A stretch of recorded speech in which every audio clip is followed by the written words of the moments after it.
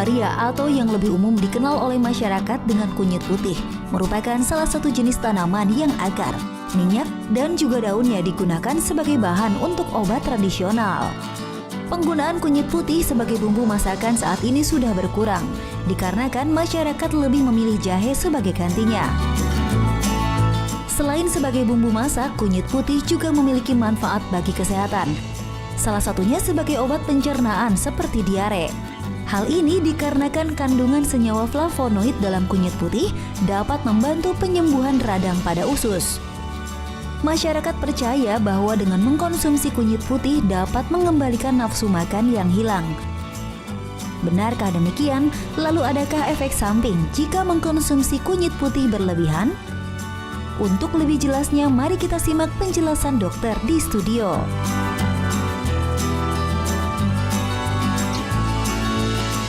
Wah, tadi kalau kita lihat ya, kunyit ini kan digunakan untuk masakan. Yes. Tapi ada dua nih, ada kunyit putih dan kunyit kuning. Dan kunyit putih ini kayaknya agak jarang digunakan untuk masakan. Padahal kadang-kadang juga digunakan sebagai penyedap Betul. rasa Iya. ya, tapi juga bisa digunakan untuk katanya sih untuk pengobatan nih, Dokter Haikal. Dan banyak mitos yang berkembang di masyarakat, katanya diare sembuh dengan konsumsi kunyit putih. Mitos atau fakta? Langsung saja kita undang Dr. Maria, spesialis gizi klinik. Halo, selamat siang dokter. Siang, Dok. Dokter Haikal, selamat Dokter siang. sehat nih dok? Sehat. Sehat. Ya, luar biasa. Dok, alhamdulillah. ini kita membahas tentang kunyit putih. Dan ini banyak mitos yang berkembang di masyarakat. Katanya diare sembuh dengan konsumsi kunyit putih. Mitos atau fakta, Dok? Ini mitos. Mitos. Ya. Diare itu kan banyak penyebabnya. Biasanya kenapa diidentikan kalau diare kemudian pakai kunyit putih ini mereda sebenarnya. Karena memang ada efek tadi. Kalau kita cium aja baunya aja sebenarnya ini mendekati bau jahe. Oh iya. Ya. Iya ini sih. identik, ya bener ya. Bener ya. Ya, ini identik dengan rasa nyaman aja. Cuma untuk rasa nyaman. Tetapi kemudian diare menjadi sembuh, ini mitos. Oh, jadi Ini mitos. Iya, Dok, ya. mitos. Tidak Apakah menyembuhkan diare. Tidak menyembuhkan. Apakah malah ada efek laksatif gitu dok? Nah, Oh enggak, Efek enggak, menghentikan diare tidak, enggak ya? tidak ada ke efek Tidak ada. seperti itu. Tidak ada sama Oke. sekali. Oke, Iya. kita beralih ke mitos atau fakta selanjutnya, yaitu katanya nih dok, kunyit putih itu dapat menghambat pertumbuhan sel kanker. Mitos atau fakta? Oh ini fakta. fakta. Bisa menghambat. Bisa menghambat pertumbuhan sel kanker, tetapi Iya. kemudian yang sudah kena kanker bukan berarti kemudian nanti kankernya akan hilang, enggak ya. Tetapi untuk mencegah. Karena Mencegah. apa? Ternyata dalam penelitian di tikus, memang penelitian baru di tikus. Karena biasanya apa? Yang berkembang mitos-mitos inilah Iya. kemudian, ini benar nggak ya? Ayo kita teliti. Biasanya penelitian awal memang di hewan coba. Iya. Di hewan coba ternyata terbukti bahwa zat aktif dalam kunyit putih ini mampu untuk menghambat pertumbuhan sel kanker. Sel kanker apa nih, Dok? Iya, Ya, sel kanker apapun. Apapun. Ya, Apapun ya, karena Dok, masih ya? bersifat di laboratorium ya. Jadi ini Heeh. artinya menghambat pertumbuhan. Menghambat Jadi, pertumbuhan, ya. Kalau untuk mencegah, Ya, itu lebih baik karena ya pasti bahan-bahan seperti ini kita sudah tidak ragu lagi pasti mengandung antioksidan, antiinflamasi. yang bisa menangkal radikal bebas, Dok. Betul Ya? sekali. Namun bukan Iya. berarti mengobati ya dok ya? Bukan. Berarti. Nah ini masyarakat perlu tahu nih dok, takarannya agar bisa mencegah pertumbuhan sel kanker. Nah, berhubung tadi penelitiannya ini masih di hewan coba, memang yang diambil adalah bervariasi, tetapi rata-rata 200 gram dari kunyit Kunyit putih. Iya. kunyit segar seperti ini Oh, kunyit diambil segar ya? Hah. kemudian diambil zat aktifnya sebanyak 6,5 zat aktif. Iya. 6,5 gram saja dan inilah yang diteliti diberikan dan memberikan efek Oke. terhadap tadi sel kanker. Pertumbuhan sel kanker. Jadi ini meskipun penelitian baru pada tikus, tapi efeknya pada manusia. Jadi berita baiknya ya memang di dalam kunyit putih Iya. ini ada efek tadi menghambat Sel pertumbuhan sel kanker. Karena dia mengandung antioksidan. Ya betul Iya. sekali. Oke, fakta atau mitos selanjutnya nih dok. Infeksi bisa sembuh dengan kompresan kunyit putih. Oh, mitos. Sayang sekali. Jadi karena sebenarnya bukan karena dikompres dong. Iya. Jadi harusnya ini dikonsumsi karena Dikonsumsi. ada sifat antibakteri di dalam kunyit putih. Jadi jangan dikompres kalau mau dapatkan efeknya. Tapi Jadi, kalau dikonsumsi nih dok, Konsumsi, itu ini bisa memang ada mendapatkan efek antiinflamasi? Antibakteri. Antibakteri. Antibakteri. Ini dikonsumsinya Iya. dalam bentuk serbuk atau gimana dok? Jadi biasanya memang orang kalau ya zaman dulu secara tradisional otomatis ya seperti ini diolah gitu ya, diolah diambil sarinya. Tapi kan sekarang kita karena mengenal ini lebih ada manfaat, Iya. biasanya sudah berupa ekstrak. Ekstrak Hanya ya. memang nanti harus hati-hati. Hati-hati karena ada efek samping lain yang bisa timbul. Apa nih dok aja. efek sampingnya? Nah, efek sampingnya kalau ini pemakaiannya jangka panjang dan rutin, kadang-kadang ini menurunkan kadar gula darah. Oh, Waduh, jadi berbahaya juga hipoglikemi nih. ya? Iya. Jadi lemes gitu ya? Ya, dan biasanya kan karena ini kita sudah sulit sekali mengukur zat aktifnya ada berapa miligram kah, berapa gram kah di dalam 200 gram mungkin ya, atau dalam 100 gram. Iya. Ini yang kita susah kontrol. Efek yang timbul hipoglikemi inilah yang memang harus jadi warning, apalagi kalau yang ingin ambil manfaat itu orang-orang yang menderita kencing manis. Ya. Jadi untuk penyandang diabetes, hati-hati juga? Ya, tidak dianjurkan untuk penggunaan rutin apalagi dalam jumlah banyak. Oh. Jadi harus bijaksana menggunakan. Amannya berapa banyak nih dok? Hanya untuk bumbu. Bumbu? Bumbu saja. Kalau untuk penderita diabetes, ya. Bumbu masakan? Iya, betul sekali. Bumbu masakan biasanya kan ngambilnya sejumput gitu. Sejumput ya. Karena kalau dari Apa bawahnya ya? juga bukan untuk Nggak apa-apa ya dok ya. Oke. Iya, selanjutnya nih dok, mitos atau fakta bahwa minyak kunyit putih ampuh untuk sembuhkan gigitan nyamuk. Wow. ini mitos dong. Mitos Mitos, lagi. Ini biasanya mungkin karena minyak kunyit putih. Mirip dengan minyak kayu putih. Gak ada hubungannya tapi Nggak ada ya dok ya. hubungannya, nggak ada hubungannya sama Oke, sekali. jadi ini tapi mitos, dok, ini ya? mitos. Iya. Mitos. Oke, kita beralih ke mitos atau fakta selanjutnya. Bahwa penyakit lambung nih dok, katanya bisa sembuh dengan kunyit putih. Iya. Mitos atau fakta? Fakta. Fakta.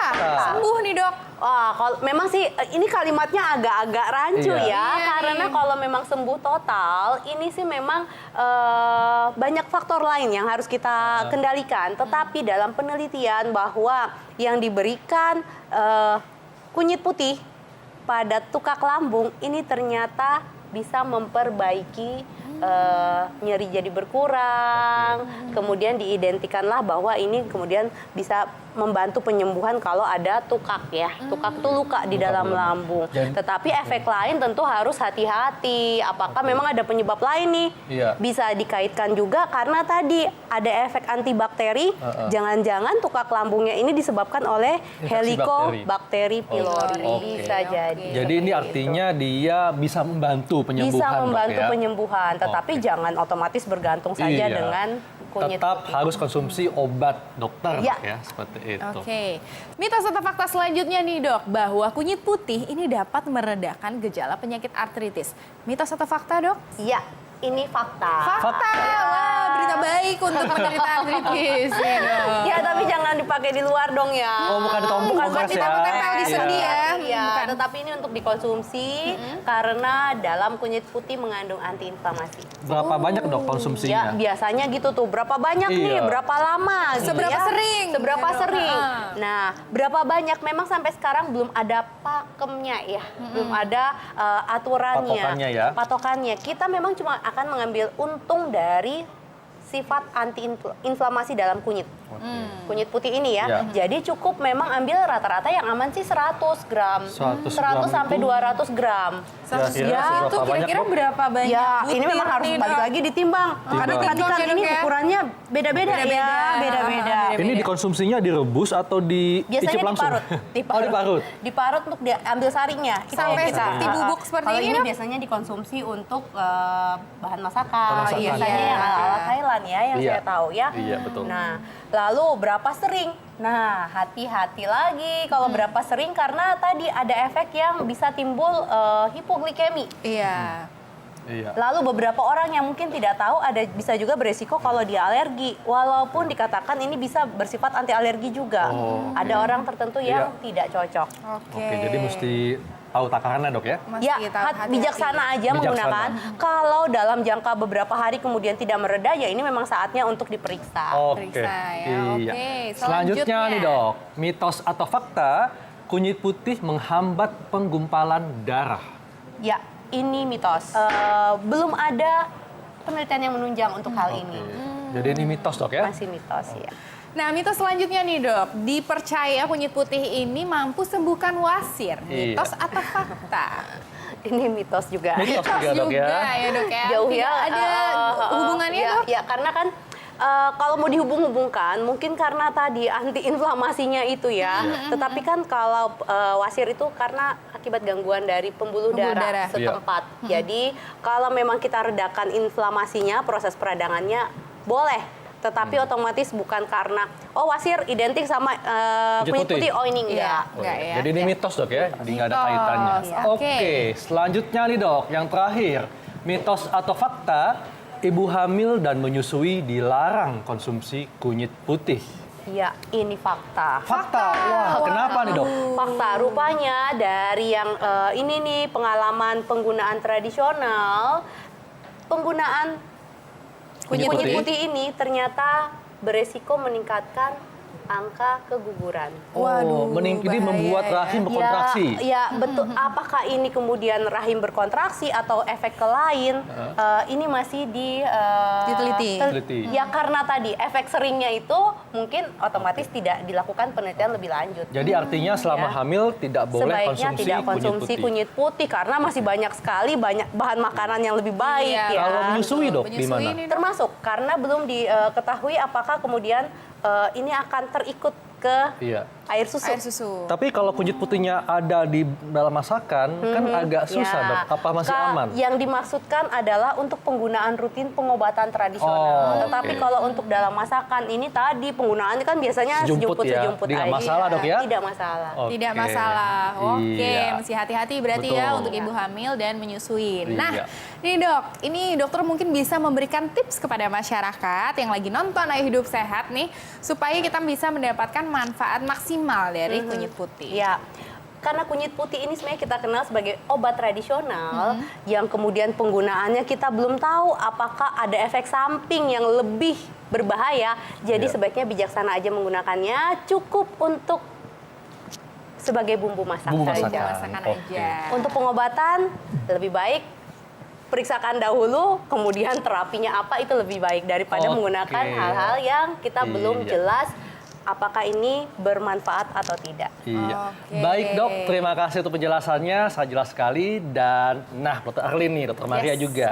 Ini kan biasanya nih kalau kita mau ujian itu kan cemas ya, tegang, sampai keringat dingin.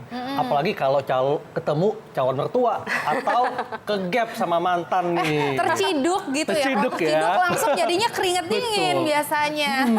Tapi hati-hati nih kalau keringat dingin disertai dengan gejala-gejala misalnya nyeri dada atau gejala lain yang mungkin ini suatu penyakit yang serius. Yes. Nah, untuk lebih jelasnya kita akan simak pembahasannya sesaat lagi tetap di acara Ayo Hidup Sehat.